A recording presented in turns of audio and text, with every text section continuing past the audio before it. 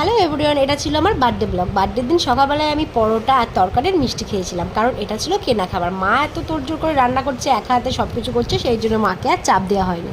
তাই সকালকার খাবারটা বাইরে থেকে আনিয়েই খেয়েছিলাম। তারপরে এসে দেখছি মা রান্না করছে মাটন, আমার ফেভারিট, তার কাতলা মাছ। তারপরে মায়ের রান্না কমপ্লিট, সুন্দর করে থালা সাজিয়ে দিল।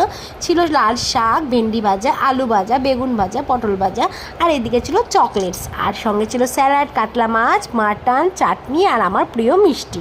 সবগুলো খাবার এখন মা বলেছে গুছিয়ে শেষ করতে হবে। আমাদের বাঙালিদের মধ্যে নিয়ম 5 রকম ভাজা শাক দিতেই হবে, আর আমি সত্যি বলতে শাক খেতে ভীষণ ভালোবাসি। তাই আজকে পরিষ্কার করে সবটাই শেষ করেছিলাম খাবারগুলো। তারপরে আমার প্রিয় মাছ দিয়ে একটু খেয়ে নিলাম। তারপরে তো চলে এলো আমার প্রিয় মাটন, যেটা আমার ভীষণ ফেভারিট।